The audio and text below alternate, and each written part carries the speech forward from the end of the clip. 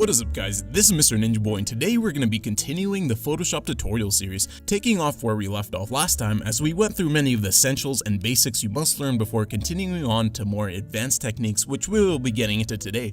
If you haven't watched the first video in this series, which covers all the basics as I mentioned, I highly recommend that you watch that video first, which can be found on my channel under the Photoshop tutorial series playlist, and also in the link I provide in the description below. This has been a very highly requested video and series that I continue after the amazing support I received upon releasing the first tutorial, so I am here today to continue this with part 2, covering pretty cool stuff, which includes powerful tools, which we are going to be learning, some awesome stuff like making objects from photos disappear, and more that we will dive into later.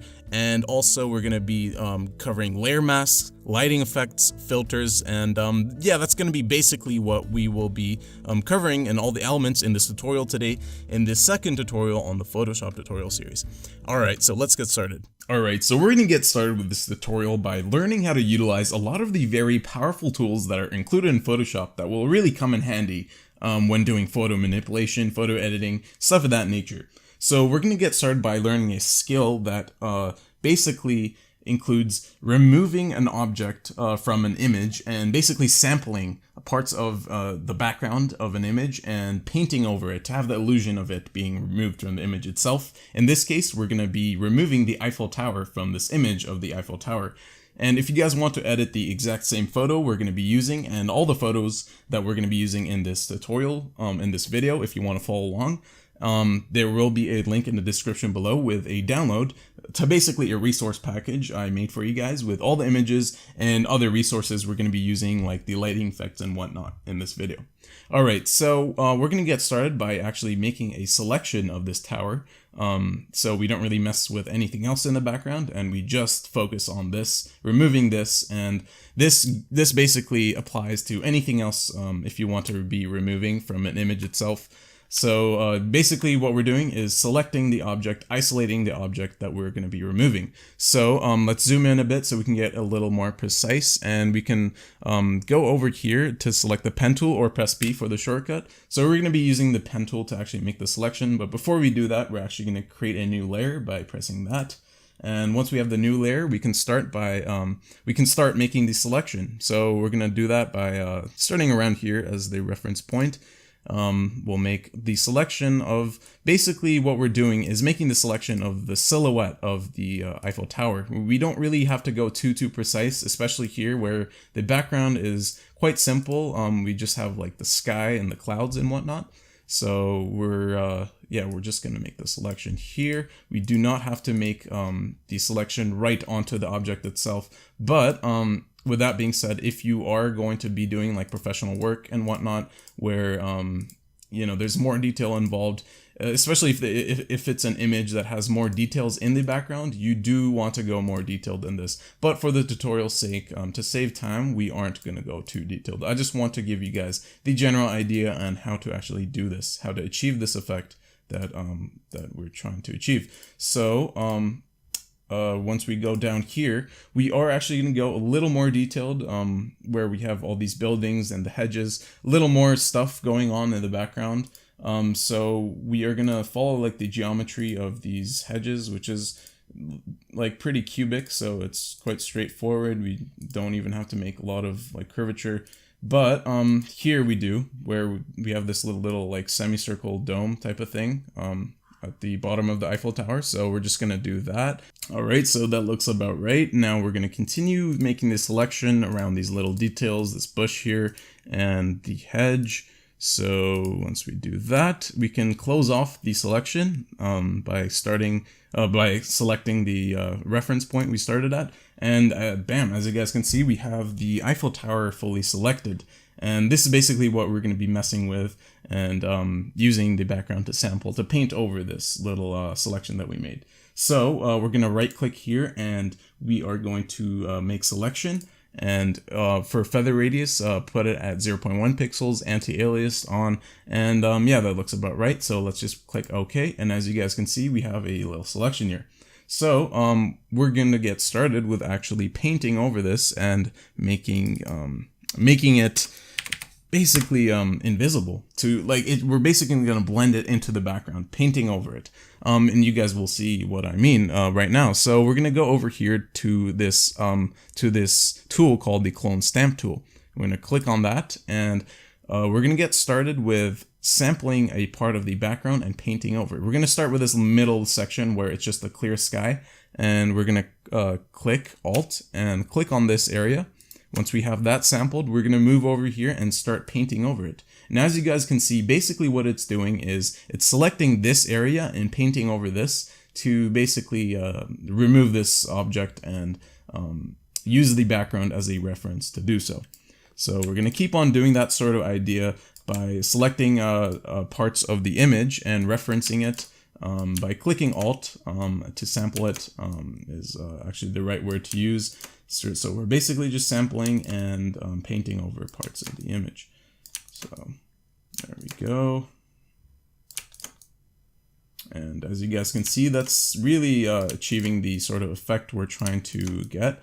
We're going to start down here with it's because this is like a harder part of the image to do with all these little details. But again, this is just a tutorial, so we are not going to go too detailed with this.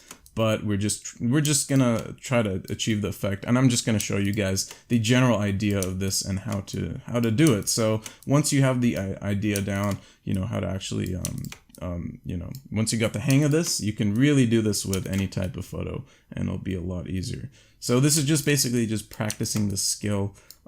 Everything in this video is just basically practicing these skills. So when you do want to actually do some serious work, you know how to achieve these effects. Now we're going to move over to the upper section, and again we're just going to select, and if you guys want to make the brush bigger or smaller, we can hold down Alt and then hold down the right mouse button and just click and drag in and out to make the size smaller or bigger as you guys desire.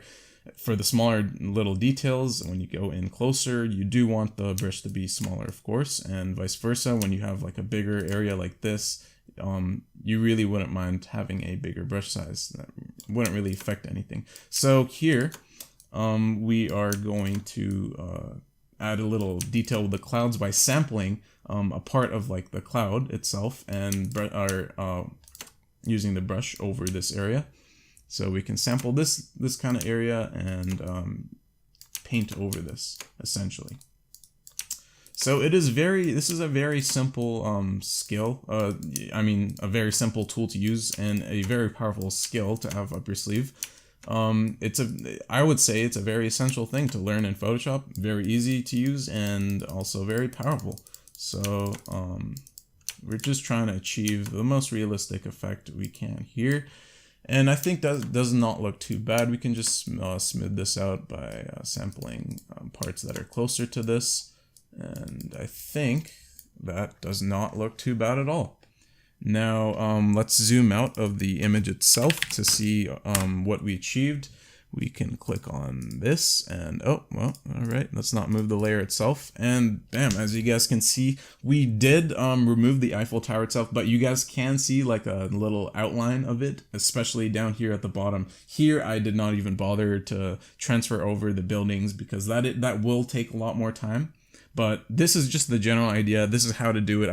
I'm sharing you guys, how to use these tools, and you guys can utilize it and use your creative ability to really achieve the most realistic possible effect with this. All right, so now we're going to be going over how to use another pretty important tool and very easy to use, which is called the blur tool. And this is actually going to be useful here in this case to actually blend in these lines. As you guys can see, it looks pretty like choppy. Like you can really see the contrast, the difference as to where we actually faded in painted over the Eiffel Tower. You can still sort of see the silhouette of the Eiffel Tower, and we can sort of blend that in using the blur tool, which is very simple to use, as I said. So the blur tool is found here. It's this raindrop looking icon, and we're actually gonna just click on that and zoom into the image where we can sort of see these lines here of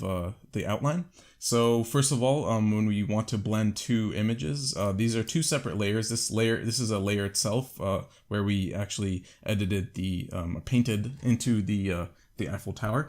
What we're gonna do is actually merge these two layers, make them one image. So we're gonna click on the layer 1, which is this layer on top, and then the tower itself, the actual base image. Click on that and hold shift so you can select both. Right click, and we're gonna merge layers. So once we've merged layers, we can now use the blur tool. So we go back here, click on that, and we can start by just clicking and dragging. And as you guys can see, what it's doing is basically using a type of blur, like a Gaussian blur, something like that, to essentially blend this in and use blur in very specific areas that you select. You can do like blur in the whole image itself using filters, which we will be going over in this tutorial as well later. But for now, this is very selective type of blur where you can really select and you know, specify where exactly you want the blur to be. So we're just gonna blend this in using the blur, click and drag, and basically just make this look a lot nicer by blending it in using blur. So as you guys can see, when you actually zoom into the image and start blurring, it does look a lot better. This will of course look better if you have like a lot of details to begin with, and it's very like if the image goes really well in the first place, you made the clouds, all the shapes go together well, plus use the blur tool on top, this is really the way to do it. And it'll look that much nicer. So as you guys can see, we can even like blur the edges of these hedges, make it blend into the image a lot nicer. And yeah, as you guys can see, now if we zoom out back to 100%, that looks a lot nicer than it did before. All right, so now we're gonna go over a couple more tools that are quite essential to know while using Photoshop. And the first one is called the brush tool. Now we're gonna go to the brush tool by clicking on this icon here, which is a brush, and now we are in the brush tool. So essentially what I did first was I created a new document by going to File, New, and then under the dimensions 1920 by 1080. Doesn't really matter, just make a new document and create a new layer. So once we have a new layer here, we are going to the brush tool as I showed you guys, and once we click on that, essentially what the brush tool is, it gives us the freedom to select different styles of brushes and you know, under different settings and whatnot. And by doing so, we have the freedom to essentially just paint onto this canvas, so to speak. And we can really do a lot with the brush tool. Let's say we can select like one of the first one is a quite simple brush, which is it's just basically a straight.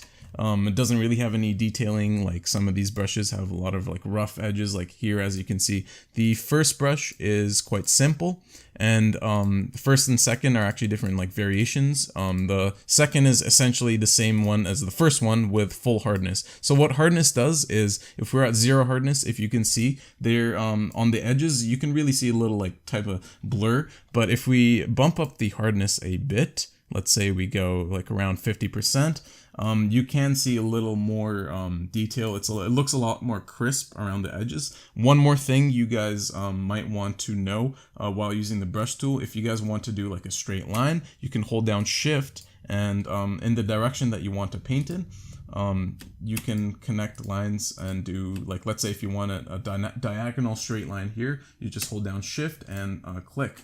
So you can basically do straight lines. If you start here and you click there and hold down shift, you can do a straight line there.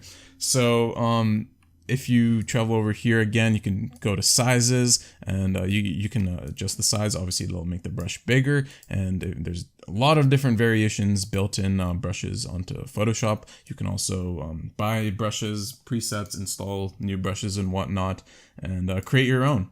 And yeah, this is just a very oh, this is actually quite interesting. A leaf type of brush. See, like, brushes are something more used in like graphic design type of work, more so than photo editing.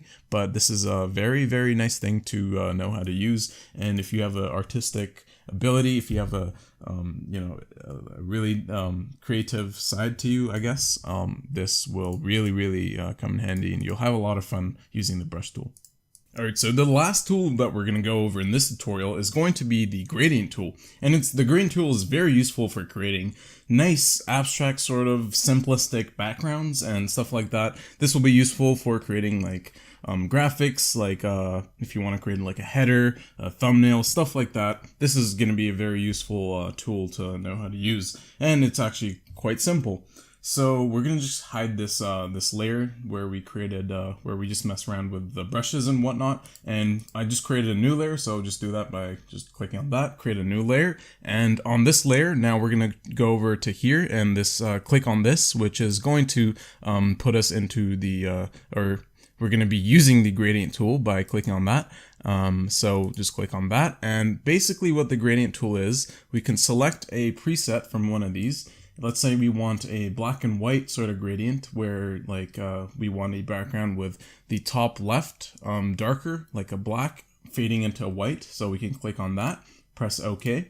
And we can start by selecting here, clicking and dragging to across the image. And as you guys can see here, we created a nice gradient type of background with the black starting here and the white traveling like down here. So it's like a nice fade. And if we want to do it the other way, we start down here and click and drag diagonally across there. And as you guys can see, we did the same effect but reversed. Now let's say we want to do a different, we can use even alpha channels, like different gradients that have transparency to it. Let's say this one, we can click on that, start here, click and drag, and as you guys can see, we made some lines. We can do it on a smaller scale. As you guys can see if we do that. Now let's say we wanted to do different colors, everything else. They're just presets that are built in. We can let's say we want like an orange, nice like popping background, click on that and then go back to here, click and drag, and as you guys can see, it's quite simple to do gradient backgrounds. You guys can just mess around with this and you know, really try to figure out what the best sort of preset and the best effect that you want to achieve using this. You can do it up and down, diagonally, really it's up to you. So that's the last tool that we are going over in this tutorial. Alright, so now we're going to be going over the concepts of using layer masks in Photoshop. Now layer masks are a very important way to manage your work in Photoshop and projects, because it's like almost like a fail-proof, non-destructive way of doing things. And you'll get exactly what I mean when we dive deep into this. So basically what I did here was this sort of abstract type of design that I had in mind for like sort of like a poster for this wallpaper of this car. And it's just a very simple thing I just did quickly with brushes and whatnot. But it's just to showcase what we're going to be doing with layers not layers, rather layer masks in Photoshop right now. So let's actually hide this. And first of all, I'm going to show you guys the wrong way of doing this first by not using layer masks. And why it's like negative to do that, and the positives of using layer masks. So I'll be talking about that now. So first of all, let's create a new layer as usual. We have a new layer here, and again, this image is included in the resource package that is included as a link down below in the description. So if you want to edit this exact same photo, but you can really do this to anything. I'm just using this as an example. So now we go to the brush tool, and we're just gonna make a bunch of scribbles here. So until we have something like a desirable design, I think that looks pretty cool. So from here, what we could do without layer masks is just go to the eraser tool to sort of get that effect I just showed you guys, and try to cut out the car and get the car cut out from the scribbles. So once we've done that, as you guys can see, that looks pretty cool. But let's say we wanted to recover a part of the scribble and actually fill it back in. Now what we would have to do by using just the eraser tool and not using layer masks is we would have to go edit, undo, eraser until, let's say we want this part filled back in. We'd have to go step backward and then actually revert it to the original. Where we'd lose all the progress everywhere else and actually have to redo it, so we'd have to get it how we want there. Now, using layer masks, we can avoid this problem. So let's actually just delete this layer and create a new one. So let's just create a new layer and actually start making the paintbrushes again, the scribbles or whatever you want to call it. So let's just do that. That looks pretty cool. All right, maybe even do like little smaller brush strokes to add to it, make it more detailed. All right, that's pretty cool. Now from here, again, or not again, actually, we're not going to use the eraser tool this time.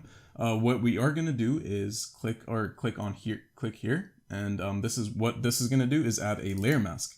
Oops, I accidentally added two. Let's actually just add one. So we click here, and what that does is add a layer mask. So if we wanted to erase some of the white bits to cut out the car, we go here, and this is basically switching between alpha and non-alpha channels. Alpha channels meaning transparent. So when it's on black, black always means that it's going to be transparent. That's what is erasing basically. So when it's on black, we can click this little arrow thing to switch between the two. So when it's on black, basically what we're doing is erasing. So let's just erase to cut out the car. So do like a quick job to erase, because I'm going to show you guys how to fill stuff back in using the channels. So let's say that looks pretty good. All right, now let's say we wanted to fill some parts in back here. You can't really do that just using the eraser tool, anything without alpha channels. But the nice thing with alpha channels here is if we switch back to the white, we can fill stuff back in. Just like that. And again, let's say we mess up there, we can switch back to the alpha channel and also erase that. So again, this is a very non-destructive way of doing things in Photoshop. And once you get the hang of alpha channels, there's so much things you can do with it. And this is just the concept of it. And it's just a very important way to manage your work in Photoshop. And I thought it would be really important to show you guys in this tutorial. Using alpha channels. So the rest of the image, all I did was essentially just add different colors. I'll show you guys how to actually change the colors of the brush. Oh, first of all, before we do that, if you guys want to see the actual channel itself, you can hold down Alt and then click on that, and that'll actually show the channel itself. The black is always the transparent, as I said before, and the white is the non-transparent. See, like I didn't even notice there was a non-transparent part here actually covering the car until I went to here, because there's glare on the car itself. So this is actually a very important thing for when you're doing your edits. As you can see there, just one thing I just noticed from just switching between those two different views. So we can actually cover that area by we're already on the alpha channel and just erasing there. So yeah, now let's say we want to change the color of the brush. We click on this, not the alpha channel itself, but actually the brush, and we go to image adjustments, and then we can go to color, or let's just go to hue and saturation, and we click on colorize, and let's put down the lightness a bit so we can see the color, and we can change the hue from here. So what I did was I went to like a little kind of bluish tint, and I bumped up saturation, and yeah, that's sort of like the effect I got. And by doing so, I also added different brush strokes and whatnot, and added the text, this text sort of design I showed you guys how to do in like this basics tutorial. Quite simple, just using the effects panel and whatnot. So yeah, that's just the very basics of using layer masks in Photoshop, and I might dive deeper into using layer masks later on in part 3 of this tutorial series. Alright, so now we're going to be covering the very basics of lighting. Now, I'm not going to go too in-depth in lighting, because I can make a whole video in itself about lighting, creating an atmosphere, trying to achieve realistic lighting, light rays, light beams, stuff like that. I can really create a lengthy tutorial in itself about lighting, and if you guys want me to do that, I would be more than happy to. Please let me know. But I'm just going to give you guys the very basics of lighting, how you guys can achieve simple light rays and lens flares, stuff like that. And yeah, ambient lighting, like soft lighting, stuff like that. And we're actually also going to be using this image to do all the edits and the testing and whatnot, and showing you guys the examples of what type of lighting we're going to be doing today. So we're going to get started by making a sort of soft lighting from this right corner here, because as you guys can see, this image is already edited a bit with the color correction and whatnot, and there is soft lighting here, but we're going to add to that and make this a little brighter, and we can actually add colors to it. So the first method of adding lighting we're going to actually use is actually using the brush tool. weirdly enough. We're going to go to the brush tool again, as we already went over in this tutorial. So go to the brush tool and actually select the first brush and hardness all the way down to 0. We want to bump up the size to something like around 500. That should be good. And we're just going to start painting here. Actually, before we do that, let's create a new layer. Forgot to do that. That's very important, of course. So on this new layer, let's start painting and making the sort of like, it's not really a ray in this case, it's sort of like a soft ambient light that's just going to be seeping through from this corner. So as you guys can see there right now, what it is basically just this crazy light that's just overpowering the car. We can't really see the end of the car there. And what we're going to do with this is mess around with the effects panel and actually edit the light using that. It's not much of a light as of right now, but let's say we reduce the opacity. You can start to see where this is going. Now this is without any opacity, so this is the original image. When we bump that a bit up, like even like the slightest amount, you could start to see where we can take this very simple effect we just did here. So let's say we go like around 20% opacity, we can do a color overlay. And then when we do color overlay, we can actually also edit the color itself, maybe go for like an orangish hue. And as you guys can see, that that adds a pretty nice effect to that. Can even just experiment with the colors, you know, even if we go with a blue and then do the same effects we did with the brush strokes that we did before, you can achieve something pretty nice with this. So we can also mess around with opacity. Now if you're doing this, you don't want to go too high opacity because that looks pretty weird now, as you guys can see. So if we go down to opacity like around I don't know, like 30, from I'd say 15 to 30%, it should be good. And another method we could use is use the gradient overlay. And with this, we could go with this over here.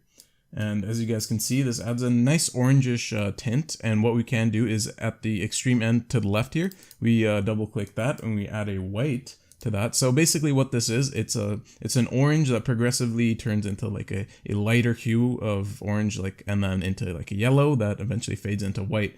So that is pretty cool. And when we press OK, what we can do is also edit the angle. So we'd have it angled down here where the white would be here, and then goes darker as it goes up. And we can also now go back to the blending options, make the color, make it the opacity higher. And as you guys can see, when we go obviously too high, it's not going to look too good. But if we go something like that, and then what we can do is actually move it, so we can have it something like here. As you guys can see, that's a pretty cool effect we achieved from just simply using the brush tool. A lot of people don't really actually use this, but I tend to really use this in like thumbnails and stuff. See, as you guys can see, that's a pretty cool effect. Now this is more for like a graphic effect, more so than actually creating realistic lighting. That's why I mentioned thumbnails, because I always like to do gradients and whatnot in thumbnails and like headers, stuff like that, banners. This is a very nice effect to add, and it does add the sense of lighting, but not necessarily the traditional type of lighting, if you know what I mean. But yeah, this is the first method I was going to show you guys how to do lighting, a very simple one. Now I'm also gonna show you guys how to use images you can find from the internet, and I also included a couple lens flares and different lighting you can use inside of your projects in the resource package that I included down below. And I'm still actually creating that right now, but by the time this video is complete, the package will be complete. So far I only have one light ray, but of course there will be a couple more for you guys available. And so let's say you wanted to, first of all, I'll show you guys how to take an image from the internet, a lens flare, let's say, and put it into your project. And then I'll show you guys how to use a lens flare that is included inside, or a lighting preset that is included inside of my package for you guys. But first of all, let's go on Google and actually search for a lens flare or a light ray. So as you guys can see here, if we just search up light ray on Google Images, we have a lot of results. And let's say we wanted to use one of these light rays into our actual project. Let's find something pretty cool. That looks nice. That does not look too bad. That looks pretty cool. See, this is a lens flare. Now, if you wanted to add this into our project somewhere, let's say you wanted to add a flare on the top of the car here, how do we start doing that? Now, first of all, let's go to view image, right click on it, save image as, and then let's say save it as a flare. And now we go back to the project, we go file, place, and then find the file we just downloaded, and there we go. Now we have a huge blown up version of this. Let's actually size it down a bit. Go to one corner, hold down shift and size it down. That looks about right. Now once we're done sizing it, we can press the check mark once we're happy with the size and whatnot. And from here we can go to FX and then go to the effects panel when we're and then go to blending options. And once we're in blending options, from here we can actually go to the blend mode and go down to screen. Usually screen would do the job. And as you guys can see here, what it did is it cut out like the black background and it blended it into the background, where it's only the lens flare that actually shows. The black in the background is cut out essentially. So from here, as you guys can see, you can sort of see there's a difference here. There's a roughness where it's not really blended in correctly there. And it's basically just because it's a cut from there. It's like a cutout. It doesn't fully blend in the actual picture. So what we can do is go to the eraser tool and go on the image itself, click on it, rasterize it, and start blending it in from there. And as you can see that, it looks a lot better now. So now once we have the lens flare in there, we can place it wherever we want. Let's say we want to place it just right there. That looks pretty cool. So yeah, that's just basically, that's the basics of just adding a lens flare from the internet or any picture, an image that is a flare with a black background into your project. And that is a very effective way to use lighting in Photoshop and blend images and whatnot. And let's say you wanted to use one of the light rays included in the project, in the resource file, rather, that I include for you guys in the description down below. So far, there's only one light ray because, as I said, I will be completing it, and there will be a bunch more once the video's up. Right now, I just have one just to show you guys this. So let's say you want this in the project, you right-click on this. This is actually just that light ray, as you guys can see there. So let's say we right-click on that, we would duplicate layer and then go to the project. So right now we only have that one other project. It would just show the two other documents in this right now. It's the current one, which is Untitled 2, and the other one, which is the Porsche 918, and just duplicate it as light ray or whatever you want. You can rename it, and now it is in the project, as you guys can see here. So the light ray, we can also resize this. Just go Control T, and we can press shift on that and resize it however you want. And as you guys can see there, that's a pretty nice effect to add into your project. And that is literally just an image that is using a blend mode inside of Photoshop. So that is the very basics of lighting. I could also show you guys the manual way of doing lighting, the realistic lighting, like really in-depth lighting. I can make a whole separate tutorial, and please let me know if you want to see that, because I will be more than happy to do that. But yeah, that is it for lighting. Alright, so the last thing we're going to be looking at in this tutorial is going to be filters. Now, filters are usually something that is added towards the end of a project of whatever sort, where it's sort of like an effect that you want to achieve, from color grading to lighting effects, which actually ties into the lighting that we just did. There's different ways to actually achieve lighting effects using filters, and I'm actually going to show you guys that. So it sort of ties in with lighting. And also, yeah, there's just a lot of effects that you guys can use, and it's very straightforward. It's really not much. It's not much to teach. I'm just going to show you guys some of the filters I really like to use. So we're also going to just keep on using this image, and I just find this image is perfect for the types of the things that we're experimenting with, because the colors, everything, like the background, the blur, everything. So we're just going to keep on using this. And we're just going to ignore all the other layers that we worked with. You guys can delete it or keep it. It's up to you. I'm just going to click on the actual layer itself, the raw image. That's why I said usually this is done towards the end of a project, when you would merge all the layers into one image and then edit the image with the filters in the end. So first of all, I'm going to show you guys a couple filters. One I actually really like to use sometimes. Like, it really matters on what you want to do.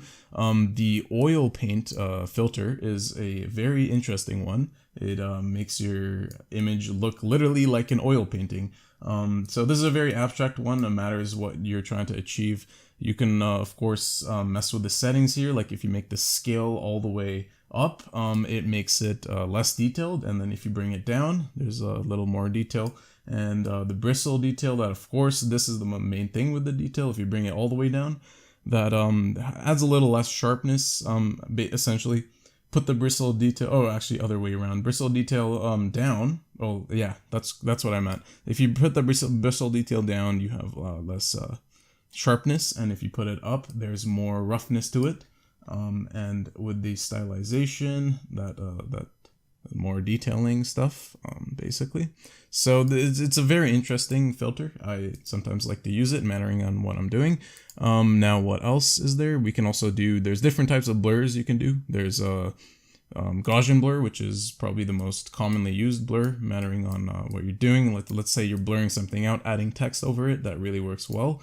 And you can also add, like, let's say a motion blur, which is essentially the blur that is in the background of this car. So basically how this image was done, it was taken, the original image did not, I'm pretty sure, did not have a background blur here. It was just a still normal image of this car. And you can basically do this using the masks that I showed you guys, for example, today. Just cut out the car and then make the car and the background a different image. And then what was done was a filter was used, like the motion blur filter, where the background is motion blurred and the car is in focus. So you can, of course, mess around with this with any type of project. There's a lot of blurs that you can use. And there's also distortions, like different displacement and stuff like that, like ripple distortion, for example.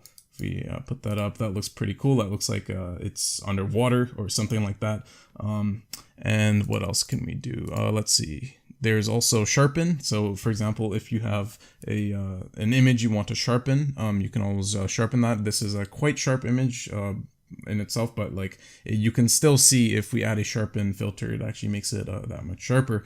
It looks pretty nice now. So let's also add, there's different stylize effects, like find edges, which is interesting. And there's also diffuse, emboss, extrude is pretty cool. There's a lot of interesting effects. Basically, it's just up to you to experiment with them and see what fits best with your project. And I'm going to show you guys, the last thing I'm going to show you guys is how to do the lighting effects. So let's say you want to do lighting effects using filters. Go to render and then lighting effects. And from here, you can kind of do like a focus. Let's say you wanted a focal point on the car itself and everything else sort of blacked out. You can, let's decrease the hotspot a bit. So here we can actually make the background sort of blacked out. And then we can focus on, let's say, the front of the car here. And then we can put the colorize up to make the exposure a bit higher. The gloss, that you can really experiment with this. Metallic, put that up and down. Metallic all the way up, for me it looks best. Ambience, that also is sort of like exposure. Let's put that down. And as you guys can see, once you press OK, we have some pretty cool lighting effects going on here. Alright, so that is going to conclude part 2 of learning the basics of Photoshop. We covered many things today in which I really feel will help you guys get the hang of the software and all its amazing capabilities. Now, if you made it all the way through the end, firstly, I hope this really helped you out, and if so, I'd really appreciate a like on the video, and let me know what you guys are looking forward to see in the next video in this series, if you have a specific request for topics to cover. With all that being said, this is where I sign out. Thanks for tuning in, and I'll see you guys in the next one.